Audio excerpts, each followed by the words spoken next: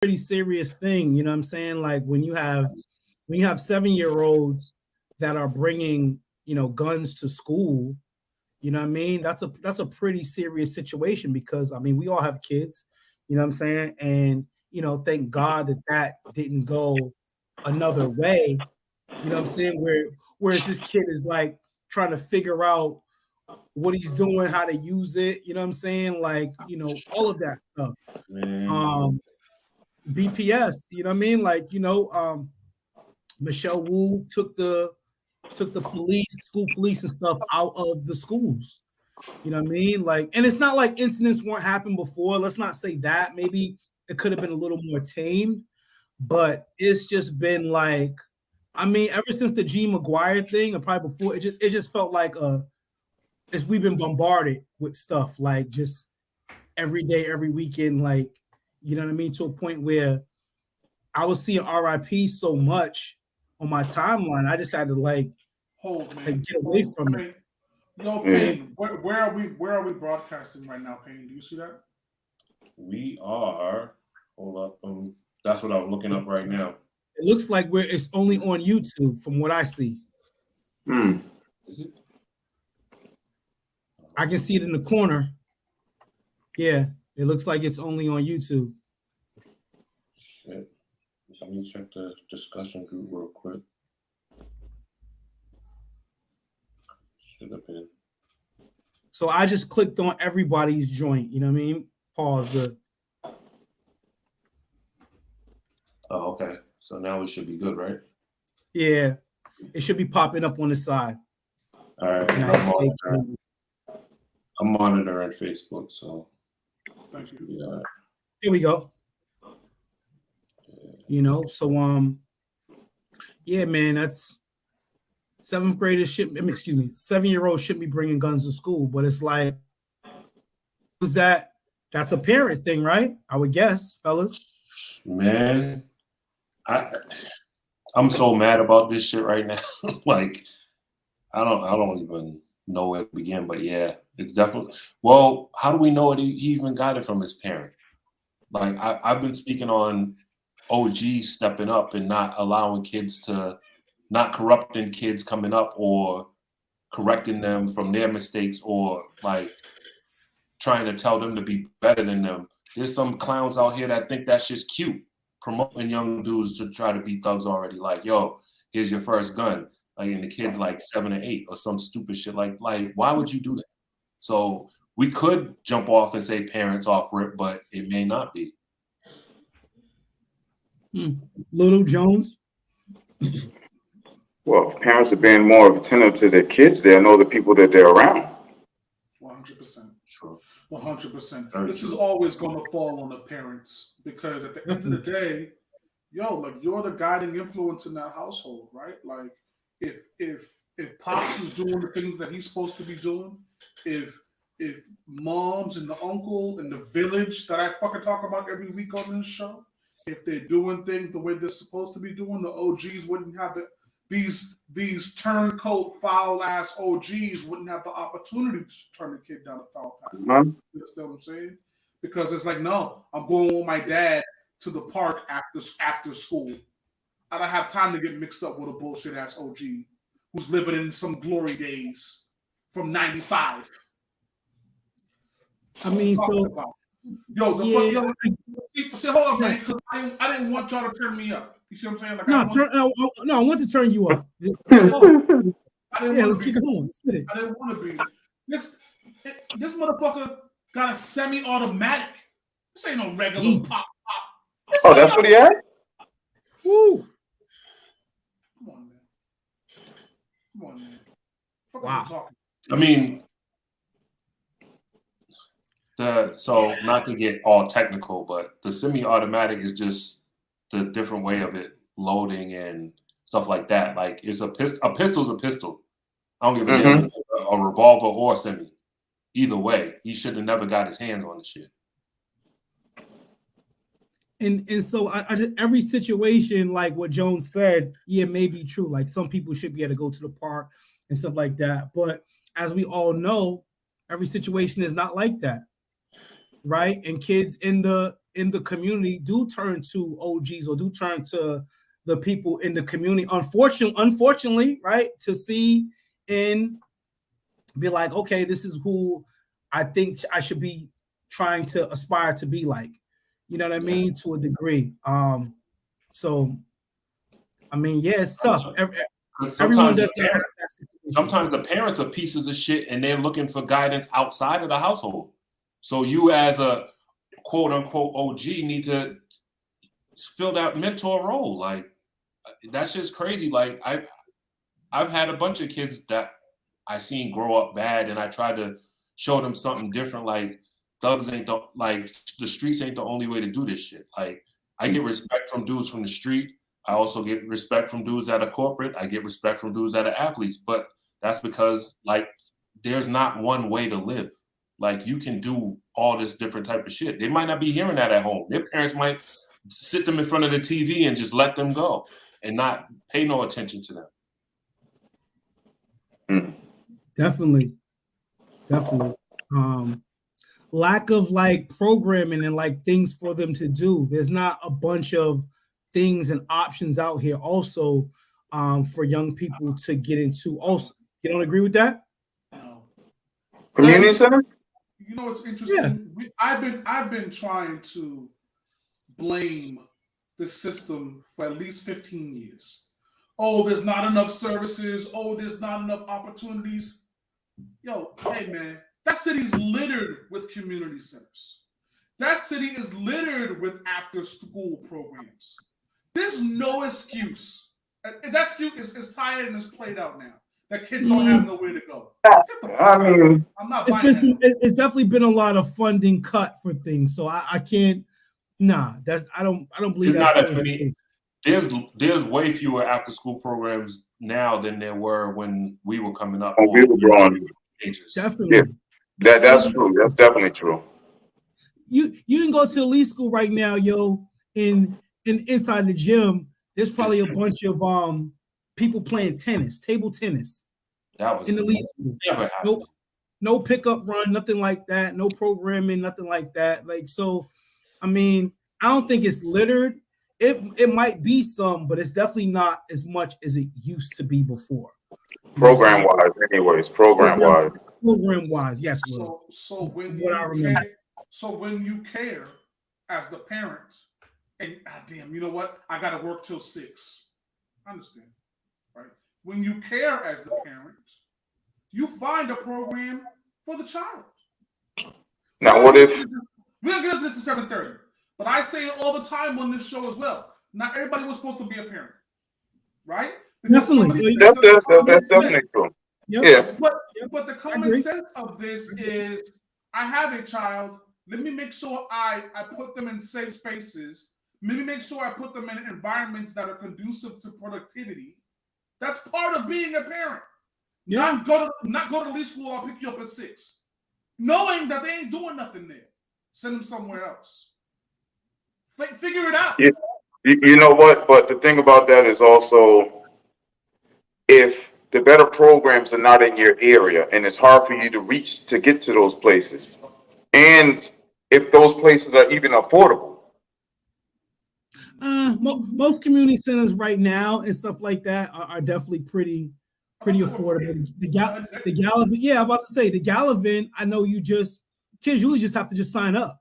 They really don't pay nothing. They just come down, sign up, and yeah. But again, it's not as many as it used to be. I thank God for the Gallivan that they have that. You know what I'm saying? Friday nights, fun Fridays they have there, where kids come and they can go in the gym and they can be with me doing kitchen creators. It's a bunch of things. You know what I'm saying? So but again, that's one community center.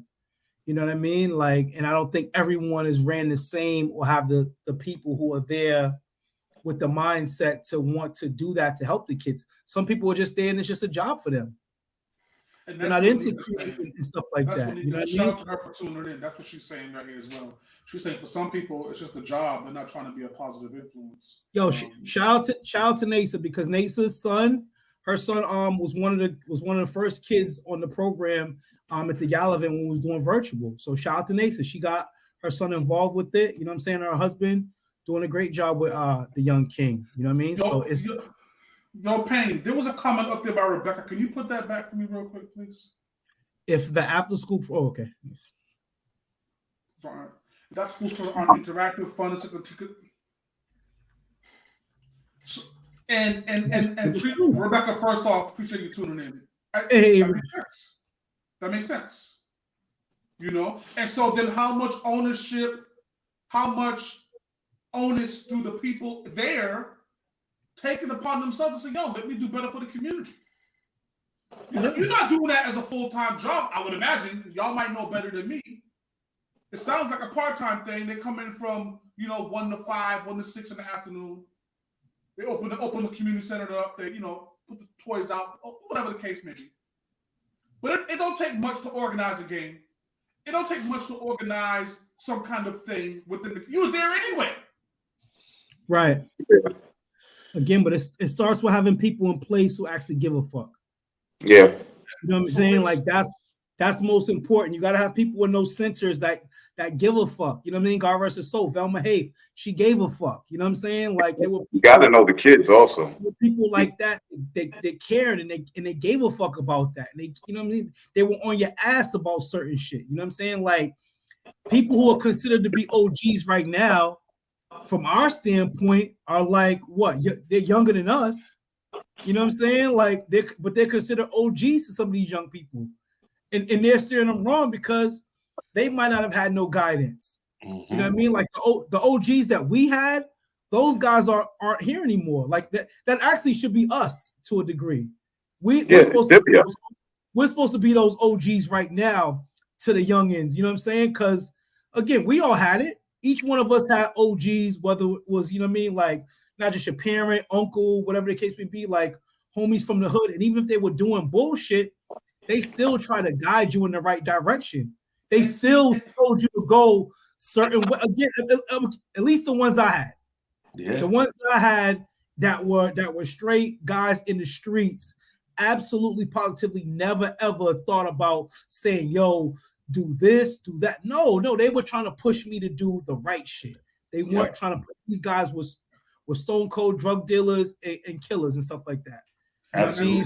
It's just about the type of OG you got and what are they giving you. You know what I'm saying? But this is where I feel passionately about this, right? And this is why I said I'm not letting the parents off the hook. And I can understand where y'all each grew up with different examples of how the OGs played a role. I get that, right? I didn't grow up like that. Mm-hmm. My OG was my motherfucking uncle. You know what I mean? Like, if he fucked this shit up, my mom was in his ass. You understand what I'm saying? It's a different relationship. So when I say to you the importance is the family, the importance is the parents, the importance is the village, I mean that shit.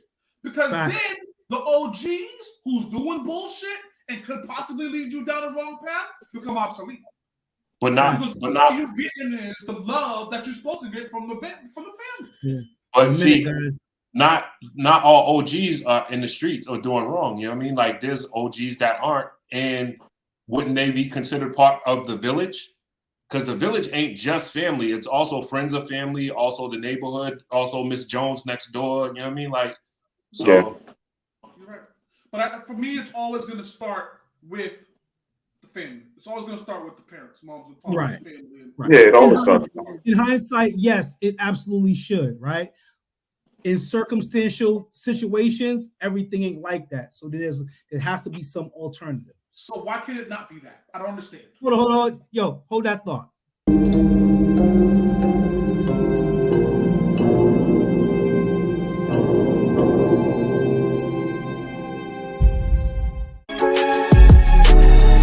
Hey, yo, Donut White, no muzzle. Sparring Minds live every Friday. Let's go. Look, it's Sparring Minds. If you don't know the name, look us up. You know it's all facts when you got Chef Maine cooking up a couple of brothers who know all about the struggle. Black excellence, you know we just work hard and hustle. Whenever you want that urban talk, you know we keep it real. Mr. Maritime on the mic, yeah, you know the deal is real life. Hotel High Tower bringing you the feel. DJ Payne, keep it 100. Matter of fact, keep it a mill. Let's go.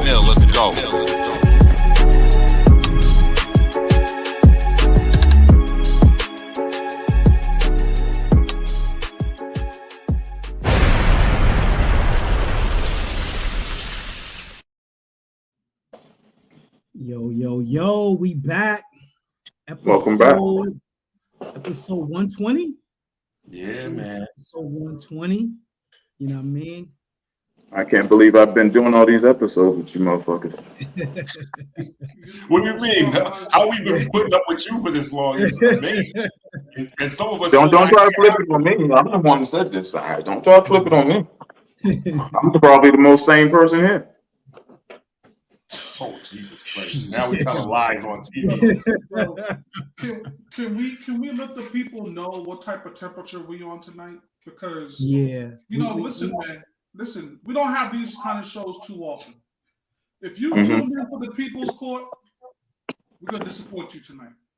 Right. If you tuned in for the Letter from Pain, we're gonna disappoint you tonight. Right? If you tuned in for the hijinks and the shenanigans, this ain't the kind of night. Drip game. Go to the YouTube library, check out our previous stuff. You can laugh for 119 other episodes. Right. The episode tonight, hey man, the city's literally on fire. Yeah. Definitely it's been a crazy what feels like month. I want to say just past 2 weeks, but it just feels like the whole month, the entire month of October has just been ridiculous. It feels like it started a little bit with the unfortunate stabbing of Miss Jean McGuire, who is still living, who's still here with us and survived and everything like that. And it's just been so many things going on. Unfortunate shootings of children, women. Yes. It's just really been, business owners, and it's like, I think people have always just had enough with it, but I don't know if it's a breaking point for some people. We all have I don't know. Could be, you know what I'm saying? Like that shit pisses me off, man. Right. Every 3 months, we've had enough. Right. Months. Once a quarter, I can't take this anymore. Come on, man. Yeah. For some, particularly in Dorchester, Roxbury, Mattapan, where that's where the majority of these situations have been happening. For some of them, it is. Whether it sounds cliche to just say it like that or not, or you genuinely mean it, I believe there's some people that genuinely mean that. You know what I mean? Because it just feels like an overabundance. I can't think of how many times within the past 2 weeks that I've looked on my timeline and have just saw rest in peace. Rest in peace. You know what I'm saying? Like, I'm seeing rest in peace is more than I'm seeing like congratulations on a new job or congratulations on, you know what I'm saying, an engagement or something. It's you know what I mean? So sometimes you gotta step away from that to kind of like, so you don't even get, so drowned, So yeah. There's definitely a serious show, and I had to, want to get some serious people on. One of the brothers has been on the show before. He was on for the mixtape, you know what I mean? Because not only is he good in his community, but he's also great with the bars too. If you heard of him, this brother, and yes. He's from Roxbury, and I'm representing Dorchester. I got to give my brother his props because he absolutely gets busy. You know what I'm saying? And my other brother that's with him used to get busy on the court, like serious hooper. Started super late in life as far as the hooping. He was a football player, wasn't he? No, he's a basketball player. I don't know if he played football first, but I bet him hooping. And listen, this guy in the court, man, I tell him sometimes he didn't take the game serious enough as he should have. You know what I'm saying? He had a focus with his second wave of life now with what he's doing in the community as he did when he was hooping, out of here. But see, I love that side of him. I love, the community side of him. I love the serious side of him. Because he's also a person, because most men out here, they're very macho, they're very prideful, they don't get into their feelings about certain things and let those feelings out. like I watch him, and I listen to some of the stuff that he says, and he has no problem just, saying how he feels, and showing that vulnerability side of him. I can't wait till he actually gets out here and starts to speak. Let's go to red carpet. Let's bring these boys in, man. So yeah, let's bring in the good brothers, Rick and Slim. What's going on? Also better known as Feed the Hood, which is something that they started up on their own muscle, on their own dime, not getting any backings from the city, big financing. You're talking about brothers who galvanized themselves and were all about their community, things they were doing. These brothers every Sunday go around to different communities in Boston and give fresh produce, food, toiletries. I mean, all kind of things. They don't hold back. They don't discriminate. They go to every hood. It's not like they're saying, yo, we're only going here, not going there. I've had the pleasure to donate these brothers some food. I wish I could do more of that for them. You know what I mean? Because these are just some guys that I'm glad and proud to call my brothers. So Rick and Slim, Feed the Hood, man. Welcome. Thank All right, salute you. y'all. Amazing intro. We're gonna have to take that everywhere and copy and paste it. Yo, Payne, real quick, man, before you go, Payne, I know you mentioned earlier we're talking about OGs. Sparring Minds watchers, this is what your OGs should look like. You understand what I'm saying? Like, and they young bucks. They're defining what it means to be a pillar of the community. You understand what I'm saying? And we need more of that. Yes. But y'all don't get it yet. Maybe we'll help y'all get it. Stay tuned in, man. Appreciate that. I mean, from G's to Gents, they brought out Rick Ross, the real Rick Ross out here. They did something a few weeks ago involving credit. They have a dope store that's across the street from my daughter's school, where every day when kids are getting out of school, the kids are flooding in the stores just to go kick with them. They embrace them. They're not like, oh, you're not buying nothing, get out of here. Like, no, come in, let's talk, let's conversate, let's build. How you doing? How's everything going on with you? Checking for them. And again, this is no fluff because I see it for myself because I'm going to pick up my daughter from school and usually I'll pop in the store. Yo, what up, fellas? This not the third kicking with them, man. So, tell us about Feed the Hood and kind of like how that got started and what was the reasoning behind Feed the Hood. Honestly, Feed the Hood started when we were getting the store together before we were putting the store for the grand opening. And then as the store was opening, me and Slim was spending time in the parking lot, chilling, building, and we just came together. It was literally a thought after watching the movie Judas and the Black Messiah. And I had seen how they were like organized and moving and doing for their community with nothing. And this was like during COVID and all of that. So I was like, well, shit, we should do something like that. We should be able to have something where people come to us and, we give and supply our community with the shit they need, because during COVID, there was no real essentials, hand sanitizers, masks. Everybody was going crazy looking for those, especially in impoverished areas where Black people only worth $8 a household.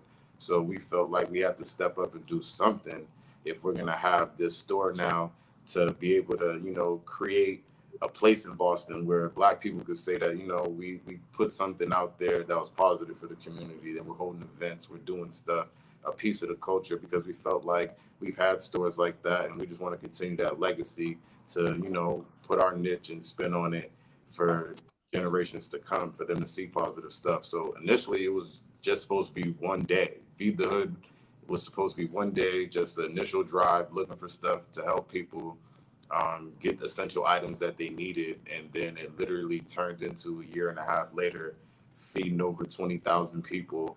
That's dope. That's crazy. You know what I'm saying? Like, you know what I mean? Yeah.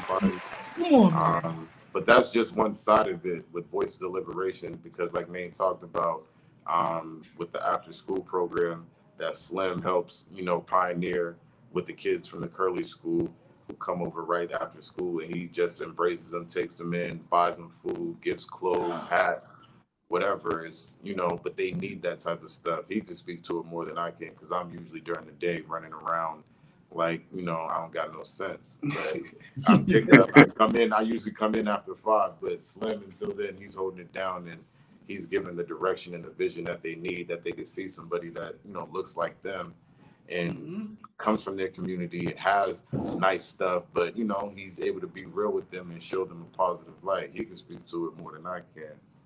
I mean, just to keep it real, like, it's like a keep it real with the real type of thing. Like, I know growing up that, a lot of the OGs, they had OGs that had taught them certain ways, and I just wanted to just be like, y'all keep it real with me, I keep it real with you, and we're gonna stay authentic, and we're gonna learn love and empathy, and we just gonna talk about our problems. We're gonna learn how to create new T-shirts. We're gonna learn how to, just be creatives and stuff, and that's the space that's here. It's just a safe space for them. Like Reek said, we get the pizza every day, sold out our own pockets. We ain't getting funded for it. We just do it off the general purpose, just to ensure our kids.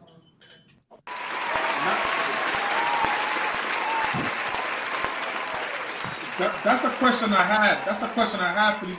Hold on, real quick again. Sparring Minds listeners, I don't think y'all get it. These dudes are biblical figures right now. You understand what I'm saying? Like, in a time when the world just seems to be going in the wrong direction, we're literally showing you 2 dudes who are doing it the right way.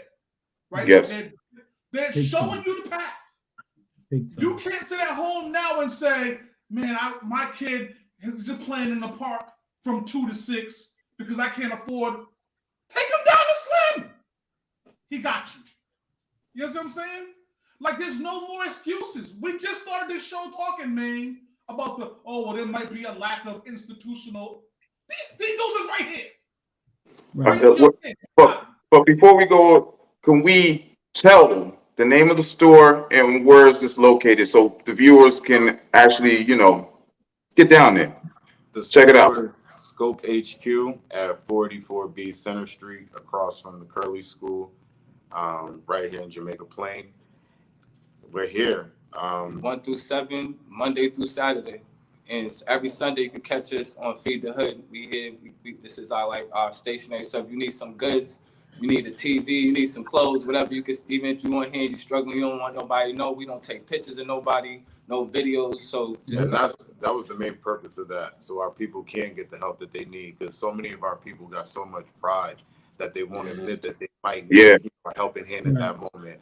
That's why we don't photograph the people that we help. That's why we don't take videos of that. You might see us like taking videos of the food that we might be passing out that week, or groceries or whatever, but never none of the people, because we feel like if you were at your lowest low and someone came and stuck a camera in your face and got millions of dollars in funding and hundreds of thousands of dollars in programming and all this other stuff, and you ain't getting nothing but a plate of food, and now you're circulating across the world as this charity thing, like, nah, like, our people are, we deserve some type of dignity, and everybody does. And I respect it. $8 per Black household, we got to do more than that. It's got to be a community effort with 2 dudes literally who's trying to do right, trying to, get their shit together, but literally coming out of pocket, where it's days we going, putting our money together when we first started buying groceries. We couldn't get them all, but when we first started, it was like 20, like at least we tried to do like 20 families at first. Trying to we had an Uber there at first. We was Ubering there because we didn't, we couldn't get nobody with a big enough car, nobody to help, look out for us to get us to where we needed to go. But we tell people, when you got the vision, when you got the drive, when you understand your purpose in this game, ain't nothing gonna stop you. We understand it's a marathon. It just grew and it grew and it grew day by day. And I keep it real with you. We did this with intention, not for attention. Like, it came with us. Like, I keep it real. The community kind of held us accountable. Like, we went out the first couple times, and it was so resourceful to our people that we kind of like, they was calling us back, like, yo, why you didn't come this? You know what I mean? Like, and we started going to different neighborhoods, so we had to. It put more work on us, but we love it. So don't get it. We don't feel bad about it at all. We love it. So. That's what's up. That's what's That's a up. He beautiful said thing. 7 days a week we out here grinding, doing this. Right. Here's the other thing That's I took amazing. from this little. Here's the other thing I took from this too. Because I got another question I want to get with you guys about. But just because you need help doesn't mean you should lose dignity in the process. That's a real big thing, man. That's You know what I real mean? shit. That's real shit. You know, that's hey man. So what I want to do, Sparring Minds, let's brainstorm a fundraiser for these guys. Let's see what we could do as a brand. We've had some internal conversations. Let's pick up some of the areas where we can. You know what I mean? To put some more funding in these boys' pocket because they're doing good. Appreciate that. I definitely even main donating. Can I just say this real quick? I definitely got something for y'all on Sunday for you guys to distribute out to the hood. I'm not sure what it is, but I got something for you guys Sunday this week. You know what I mean? To get you guys going for it. So I know where the spot is. I know what time to find you guys, and we'll get that going on for this week. That shit is essential to us because the people who we help right there in Dudley and other areas where, you know, there might be unhoused people, they appreciate that shit more than anything, man. You don't realize, like, to be able to give these people food from your kitchen, your hands prepared, means so much because it's coming from love. It's coming from a place of real feeling. And it's like, yo, even when we're cooking, when we're up there Sunday mornings, up there chefing it up and cooking, last year we joked because we didn't know what the hell we was doing for Thanksgiving. We're up there looking up recipes for our hot food distro. And literally we made it happen. Literally him overnight prepping the turkeys and getting them ready and putting it together, and me coming in the next day, mashed potatoes with a fork. And that was 450 people that day too. 450 people we helped. Damn. But it's just like to be able to get that type of help from the community or people who understand where, you know, people in our situation don't really get the help like that. So when we do get the help, it means a lot because for so long we were going unseen. It felt like, you know, people would tell us that they whatever, but you know, it wouldn't be no action to it. It'd just be like, okay, yeah, I see you guys, but it's like, yeah, you see us, but the people in Dudley need food. The people in the project need, you know, they need help. And it's like, instead of you dropping that off to some place for some donation or whatever, not donate it to the people who look like me and you. Go talk to these people. Go have conversations with them because again, there are some people with great stories in these situations. All it took was a couple of months of falling behind on some bills. Now they're in a situation where they feel like they're, you know, where they're unseen and unfelt. Yeah. No, this is the realest show we ever had. This is the realest show we ever had. Slim, you went live the other day, and I watched a good portion of it. And so I just want to know what was your thoughts behind it? Were you just at a breaking point? Were you just fed up and you were just like what the hell? Like we're out here killing, because there used to be a time in which women were safe, right? Women and kids were like almost, you know, we're safe at a point. You know what I'm saying? And it seems that was like law. That was law. No women and no children. That was always law back in those days. Times have changed. It's weird now. So I'm just wondering what made you want to go live, and was it because of like you were at a breaking point or frustration, or you just felt like, yo, I gotta speak my mind about what's going on. I can no longer keep quiet.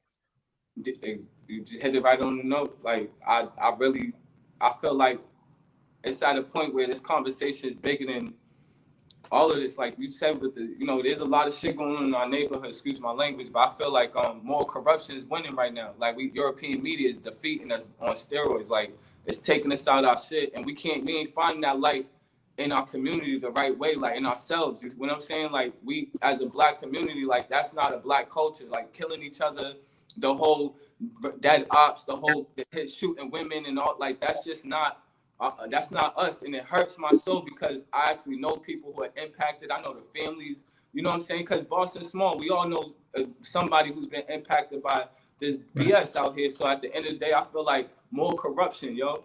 And it's a bigger conversation that we as a community we ain't having, and we need to build community, not from necessary organizations. We need to have back, like for real, like like block captains. We need law in our community right now amongst us as people though. You get what I'm saying? The organization got to be people organization, black community. We need that right now in our diaspora at all-time high. Word. And I like how you said that's not black culture, because all the killing's definitely not black culture. That's definitely not. Nah, that's not us. It's just perpetuating BS that somebody told us was supposed to happen. And it's like you said, everybody knows each other. We all grow up together. We all go to the same school, the after school programs. Your cousin knows my cousin. And it's like, yo, we just got to get to a point where it's like, yo, we got to, like you said, we have to police ourselves in a way, because it's like, yo, how can some of these OGs be from neighborhoods that are supposed to be rival to the end, but y'all are hanging out, but you'll sit back and watch y'all young homies go at it and won't say nothing. Exactly. You know you could stop something if you know there's an issue between these two neighborhoods. A bunch of y'all grew up together, a bunch of y'all know each other. Make that phone call, tap in like, nah, I'll handle this. I know somebody from over there. Let me call somebody and get this rectified, and we can squash this without nobody getting killed or whatever. Because again, that's what it comes down to. But too many dudes, like y'all was saying in the pre, you know, dudes is living off what they did in '95 and who they did dirty back then down Lafayette Place Mall and all that other crazy. Like, bro, don't nobody give a fuck about that no more. Like, what are you really doing for your community? Like, what are you really doing? Because a lot of dudes will grandstand and talk and, you know, oh, it's bad and we need change this and change that, but won't apologize to the communities that they terrorize and help bring down forever. Won't nobody say nothing about that. So it's like, and then they'll look at us and say that we're burnt out and crazy, and it's like, yo, y'all forget. Literally, our generation is losing Isaiah. We're Brenda's baby that was thrown in the trash can. Like, we wasn't supposed to be here. We wasn't supposed to be here. And the fact that we live with death every day and we've overcome that, we're looking to beat it and look to, you know, change the outlook on what community is. Why can't y'all get behind us? Right. This has to be a whole community effort to stop this. Men and women have to get in this, get on board for this, because it ain't going to be just one person or one side who's going to be able to stop this. It's got to be the mothers. It's got to be the fathers, the grandmothers. It's got to be us. It got to be. We got to define ourselves for ourselves at an all-time high. That's why we have to. That's why I went live, because I'm like, I don't want to hear about no Boston lie, whatever. I want to hear us speak for ourselves. We define ourselves for ourselves. We're going to help our own community. Who's going to help our disparities? Who's going to break us? Come on. You know, like, I don't want to go into celebrities and all that, but don't find no European light and then expect us to save you out the darkness. That never happened. You get what I'm saying? Looking within yourself, and that's the only way you're getting out of this. Church. That's real bars right there. Come on, man. This Come on, man. 120 shows we're in. This is the greatest show we've ever had. I've never heard as many bars in one show.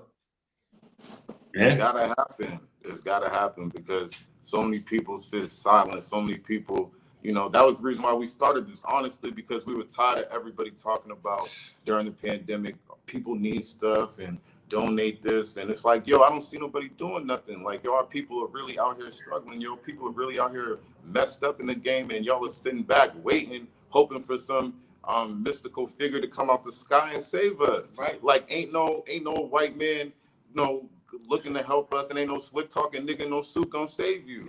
You gotta save you. And if you ain't willing to get up and do the work, if you ain't willing to get up and put in the effort to, you know, help your community, ain't nothing really gonna come from that. But that's why with shows like this, we're able to give the game and OGs on different level. And I'm thankful to have people like that in my life who was able to season and instill and impart different shit like that. Because if I ain't have it, I wouldn't be here to kick stuff like that. People like Rasan Peters, people like Hector Negron, Rufus Falk, Kurt Brown, people like that, where it's telling you, just like Sam said and Payne said, where it's like, yo, you don't gotta be in the street to do nothing like that, but you can have somebody show you an example of what giving love and giving back to the community is.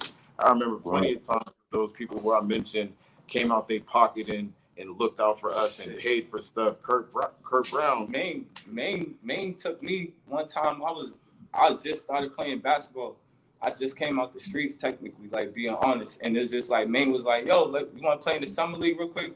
Shit like that. Maine took me up there, pizza, talked to me about life, dropped me off, just shit like that. Just a cool, you know, that Look Just where I'm at showing, now. just putting on. Yeah, just putting somebody on to do some positive shit, some other shit. Yeah, it goes a That long way. shit, Yeah, shit like that means so much. Right. yeah. And that's I have a problem because with this though. what's that? So everybody here on this show, we really have a handshake. We got somebody on our phone right now who's an OG in the streets doing wrong. We all have those connections on our phone. That's a true statement. Yeah. I'm not making this up. Yeah. Why is the onus not on us more to be like, hey nigga, like get your shit together, man. You got young guys looking at you. Because we all know these guys, and yet there's a disconnect from us who's trying to do things the right way, and these guys who's living in their glory. We know these niggas. These niggas ain't mysteries. And yet there's not a conversation holding them accountable for what's really going on. So when does that conversation start? The conversation is being had. Is just that a bunch of them niggas don't want to have it. Yeah, that's really what it comes down to. They want to live in sensationalized bullshit on Facebook and all the other social media platforms and live in the past and have flashback memories on that shit. And our sisters is kind of enabling that shit too, because our sisters taking the dudes who's flogging, pouring straight bad in our community and fucking with him over because he gonna flog with the fake Audemars and all. Like, to me, the real revolutionary should be, you know what I'm saying? Not saying there should be any clout for this work. You get what I'm saying? But at the end of the day, we praising the wrong shit in our community, you know? That's for sure. That's really what it Definitely. comes down All to. the time. Those dudes don't want to have those conversations with dudes like that and dudes like y'all, because again, don't nobody want to be called on their bullshit. And then they're telling you that you're hating, and then they're telling you don't know what you're talking about, and you know my name ring bells or still whatever. And it's like, bro, you're 50 years old. Get that shit up. You don't got 30 years to get no jail. You don't got no 30 years to get nobody. Like, why are you trying to be hard? If you wasn't hard back then, you ain't hard now. And you Even if you was in the way. That's literally, there's two types of people like that. Is an OG and then there's an old ass nigga. The old ass nigga, he's defined by he hangs out with the young dudes, he uses the young slang, he goes to the club still actively, acting a fool. He literally feels as if like everything should run through him because, you know, I was older and I was on the scene before and, you know, y'all gotta pay homage like that. And it's like, bro, you ain't really done nothing productive. You ain't really done nothing productive but slow down process and live in your glory that wasn't really glory except for local shit if you want to be real. Yeah. Like, Just words. Like, and then you got the OG, the dude who's gonna pull up and show you, yeah, I did this, back in the day, but this is how I'm living now, and this is how you can get it too. Right. Now that other shit is a waste of time. That shit is a trick. It's all whatever. This is how you're supposed to take your money and do that. Every month you take, you know, you save this amount of money. Every check you save that amount. Opening doors for the younger dudes, telling them that, you know, having empathy for them, telling them to be knowledgeable, putting good karma in this world. Shit like that. You get what I'm saying? Like, telling them to do better. You know what I mean? That's an OG for real. It should be like a badge of honor to be able to name how many people you done put on who done helped so many other people. That should really be like the biggest flex in the world. Like, I always say it's the realest flex ever. Yeah. How many people inspiring and helping? Right. What is the quote, Slim? How many lives you impacted? Exactly. That's what it is, right? That's what it is. And salute to my guy Hector Negron. Definitely a great guy. Definitely helping out a lot of the kids. He's actually a basketball coach or assistant basketball coach over in Snowden, right? Yes. Yeah, if I'm not mistaken. I caught a game or two of theirs. Literally, he was super instrumental in my life. Whereas it's like having people like him and Rasan, who's at the Y, who's paying for us to go to basketball camps out of their own pocket, who's taking us places on, you know, who's teaching us. And now, Mom, I got him. Nope, he's my BNBL playing beast mode with Donna Woodson and all the rest of them. It's like, yo, being able to have these experiences because of these men and going and traveling and going different places. And it's like, yo, like they're doing that and they're going to school and they graduated. And it's like, yo, they graduated, I could do that shit too. Like, you know, like having that type of motivation. Another dude, my guy Teddy, big dude, proud of him. Play for English or whatever. He's coaching at English now, but it's like he was one of those. He was one of those guys for us. Where it was like we got to see him grow up and go to high school and go to college and come back. Now he's teaching. It's like the example. Having guys who are willing to set the example. That's literally it. If you're not built like that, get the fuck out the way because you're clogging up the lane right now. Mhm. Yeah. The OG is supposed to be able to show you the evolution, right? The OG is supposed to be able to show you, yo, this is what you're dealing with now, and this is how you can get through it. But on the back end, this is where you want to be. Right? That's the point of the OG, right? And I think what's happened is over time, and maybe even during our day too, OGs seem to have lost their way, right? The OGs are now more defining themselves by, like we talk about, old bullshit and materialistic things, and not focusing that energy on community growth, community development, family development, like all these things that really mean something at the end of the day when you fucking 45, 50, 55 years old. Come on, man. Let's try to move on. So, listen, I like where this conversation is going. I think I have to change gears a little bit because we need solutions, right? Like, it's easy. It's easy to say, "Nah, this is the issue," but and listen, I live in North Carolina now, right? I grew up in Mattapan and Dorchester, like y'all did, and so I'm checking the news. Last 3 weeks, seven shootings, nigga. All in Dorchester, Roxbury, Mattapan. What the fuck is going on? Right? So what one of them was a barber in the shop just cutting heads like he normally does. Right. Like, where is the solution now? That these are random. Now, what the police are saying is that these aren't random, these are targeted situations. What's the solution? If any. Shit. I got something to say to that. You know, I think the solution really is, first of all, you know, and I hope nobody get offended when I say this, but, you know, our people always say we doomed and shit. You know what I'm saying? And I feel like at the end of the day, no, we ain't. We gotta be more optimistic within ourselves in our community. And I mean us strictly. Fuck everything else. And what I'm saying is like the solutions is these uncomfortable conversations that has to be held by people with good track records, that has a track record of ensuring the community of real shit only. And it has to be by no organizations. It has to be policed by the people, like we said. Because at the end of the day, to tap in the streets, they ain't touching no organization, no man in the suit. They gonna trust in the dude that they really know that partially put in pain, but overcame the moral corruption. So, I mean, at the end of the day, it's in us. I don't know. I know that there's gonna be a lot of uncomfortable conversations going on soon. But I don't know if Rick got anything to say to that. But I know it's got to be uncomfortable conversations, definitely. Yeah, it has to be uncomfortable conversations. It's got to be those OGs from these neighborhoods who are involved in whatever. They got to be willing to step up and play their role. This is the time now where you can earn those stripes that that you claim and that you want. Because at the end of the day, as a community, we have to want better for ourselves. Like Sam was saying, it starts at home. This shit started home. We got to want better for ourselves and look ourselves in the mirror as a people. People with school-age children, you got to look yourselves in the mirror and say, am I giving my child the best opportunity to be safe? Am I giving them the best example? Am I showing them the best? Am I putting the best around them? And if I'm not doing that, how could I really expect them to do that? Right. Because again, our parents could tell us all they want. No, don't do this. No, don't do that. No, don't. And then if I still see you doing it, I'm going to do it because there's no need in listening to what you're telling me. You're telling me do this, but yeah, I'm still going to do that. The fact that a 7-year-old was able to bring a loaded gun to school was crazy as hell. Yo, crazy. Insane.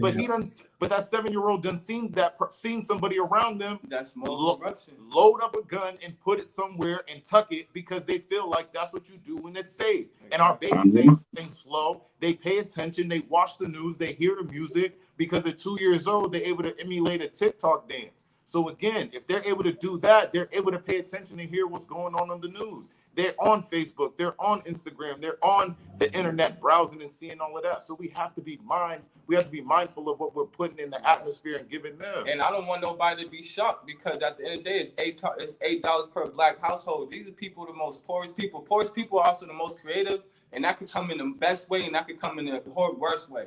And what I'm saying is that right now, our people out here don't have the right resources to even move deliberately and think bigger. So you get what I'm saying? Like that's why this type of shit is going on. To me personally, I think a big part of the problem too is what Shorty by Nature is saying in the comments, I feel defeated with this question. I honestly do not know how to counteract the violence. I think a lot of our community echoes that same sentiment. Like some people don't know how to counteract it.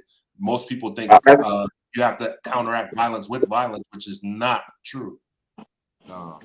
I just think a lot of people are just scared to sit there and speak to the people. But that's really what it comes down to. Like it seemed like people, the elders now seem like they're scared to speak to some of these young kids. Yeah. And it's like, yo, how old are you? Like, don't be afraid. I don't even think it's just the elders though. I think it's even people our age. Facts. Yeah. Because I mean, you can't even blame an elder though. If I came out of the incarceration system and I'm dealing with some of these young dudes that's talking how they talk, I might burn one of them. So I'm just staying away. So I can't even blame some of them either, you know. But yeah. I mean, yes and no, because you know, it's kind of like, well, that's the result of we kind of leaving them behind. And that's why, like I said, we gotta be honest as a community, and all those so-called OGs literally have to apologize to their hoods. Like, yo, it's our fault for leaving y'all stranded. It's our fault for leaving y'all with the sideline niggas who was not putting in no work, who done misguided and fucked up the game now. Yeah, but you gotta, I blame COINTELPRO. That shit plays a part into it. Y'all act like that shit. Massachusetts, Boston got the same shit like every other place when the black community diaspora. What I'm just saying is like some of these OGs didn't tell us to do this shit. Some of these OGs was telling us, yo, don't do this. And they still was going through, you know, so yeah. I don't want to put too much on the OGs all the time because I still am blaming European media. I'm still blaming capitalists. You get what I'm saying? Because they obviously, the pain in our community is something they thrive off of, and I don't fuck with it. $8 per black household is pretty clear out here. 70% police stops. It's black people. It's pretty evident what is going down in our city. And so, we got a lot of uncomfortable up north niggas, and I don't like that. We got to change our way. You know what I'm saying? Word. We got to get uncomfortable. A lot of comfortable. We got to get uncomfortable. One thing you mentioned that I do want to touch on a little bit here is that you don't see a reliance on businesses to help solve this problem, right?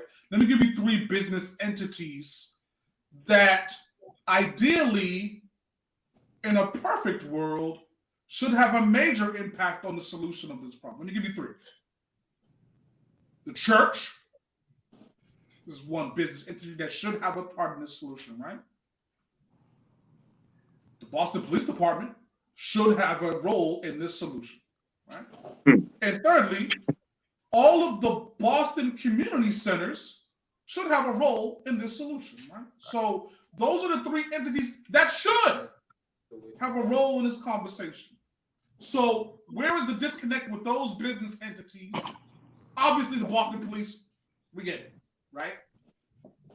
Why is there a disconnect between those entities who are designed to help and the community that needs the help? Because if you're offering, like my man Christian White says, a lot of these entities only offer Band-Aids. They're not actually looking to heal these solutions. See, if I put a Band-Aid on it, I can fund Reverend Chickenfoot, and he could do his thing for $100,000 in free tax money, and he don't got to worry about nothing. Because again, where people fail to realize our revolution and all our strength came from inside the church. Literally, the civil rights movement was started in the church as far as organizing, planning, moving, plotting, and going like that, funded by middle class to lower class black families. So again, if I can keep those people less and stressed, and again, I can tell Reverend Chickenfoot, look, keep selling that hope, and I'll keep giving you on the back end. You don't got to worry about that. Just don't inspire too many niggas to do too much. And keep it like that, because there's no reason why our church leaders are at all these horrendous events, but never there to truly help the people. Like, that don't make no sense to me, that you'll turn away a family because someone who was murdered was a gang member. Like, is that really solution? Is that really finding the peace? And then again, it's really a plot and a setup, because most after school programs stop when the kid turned 13. They don't let them in these after school and community centers. The real at-risk youth is 13 to 18, because 5 to 12, moms could still whoop his ass and it'll get corrected. But 13 to 18 in our community, unfortunately, our parents deem us as grown. So we could walk home, let ourselves in the house, don't gotta go worry about nothing. So yeah, go let yourself in. Don't let nobody in my house. Don't bring nobody in my house. that's how that starts. But now I'm Is that currently the case? Is that currently the case that the community centers don't allowing kids over 13? That's been the case for a long time. Centers, Yeah, I mean, I can't. Centers, 13 to 18, as far as like after school programs, no. Yeah, you don't really have a lot of that. I can only speak to the one that I'm a part of, and the Gallivan I know for sure does allow kids over 13, because most of the kids that I work with kitchen creators it started out from 12 to 17. You know what I mean? Age range. Some of the kids, you know, when you get past a certain age, they don't want to be involved in that kind of stuff. You still have the option for them. But I definitely know at the Gallivan, you can be over 13 and be a part of Fun Fridays, you know what I mean? So the after school program. Like I'm saying, though, it shouldn't just be one community center, though, no, because absolutely. everybody's at risk everywhere. It should be a bunch of community centers. But I think why we were able to have more back in the day with less. Now there's more money and more opportunities now, and the kids don't less. Shit, it seems Less like opportunities, right. And we ain't even gonna go into detail about police. All we gotta say is 2 names: Chuck Turner with the feds. You know what I'm saying? And then we gotta say Charles Stewart. You get what I'm saying? Like Boston, come on, fam. This city has never historically ensured our community. We even have come on, man. Police. That's. they're never gonna work for us. Please, it's been 40 black. It's almost been a black person killed every year in the city of Boston, except for the last 2 years, I believe. And I don't know if people even know about that information. You get what I'm saying? Like, we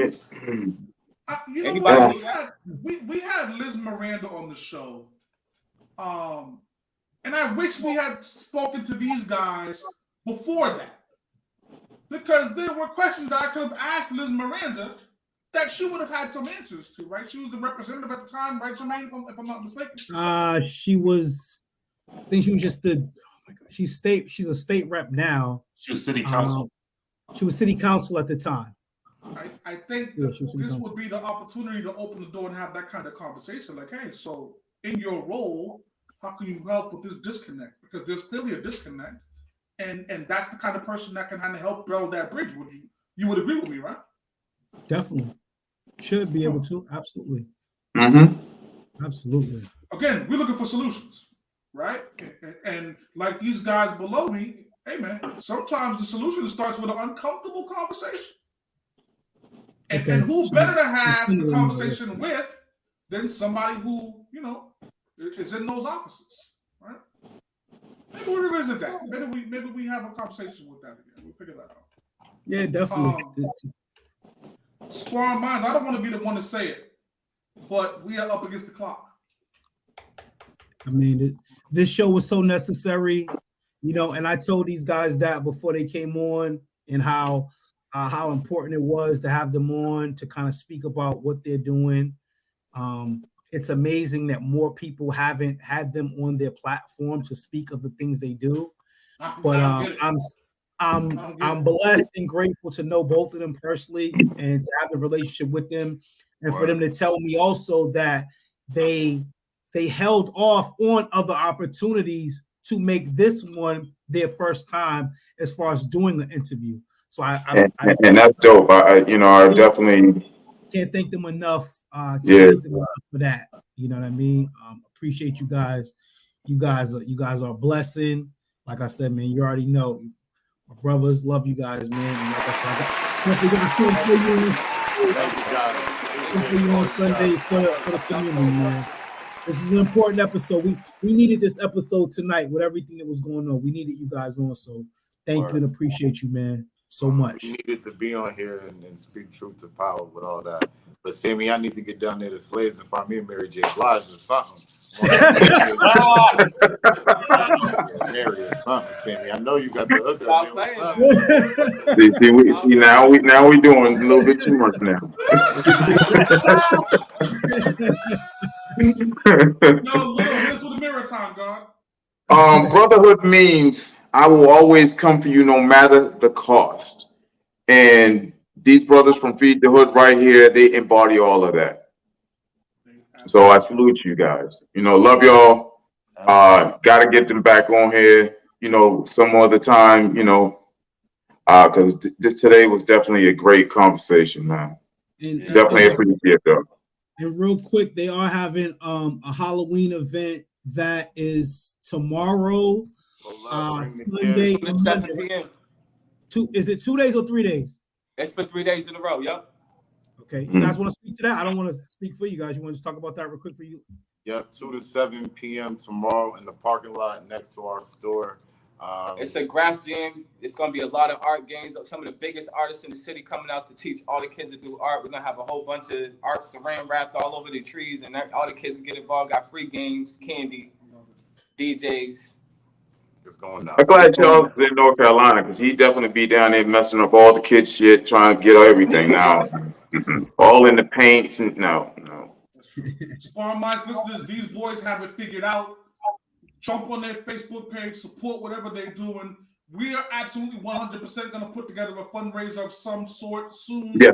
We'll figure that out, and let's dump some money into what they're doing, because clearly they're doing it the right way. Right way. Payne, Yeah. let's give these boys a round of applause, please. Yeah, please. I'm gonna definitely, talk to the guys down at Tobin. We got 150 guys down there. See what we can put together for you guys and get right back to you. I can't Say that. Rick and Slim, appreciate you, brothers, man. You already know. man. Sparring Minds, Minds. I'll see you this weekend. episode 120 is in the books. We'll catch y'all Yes, next sir. Friday night, man. Until then, we'll holler. Salute.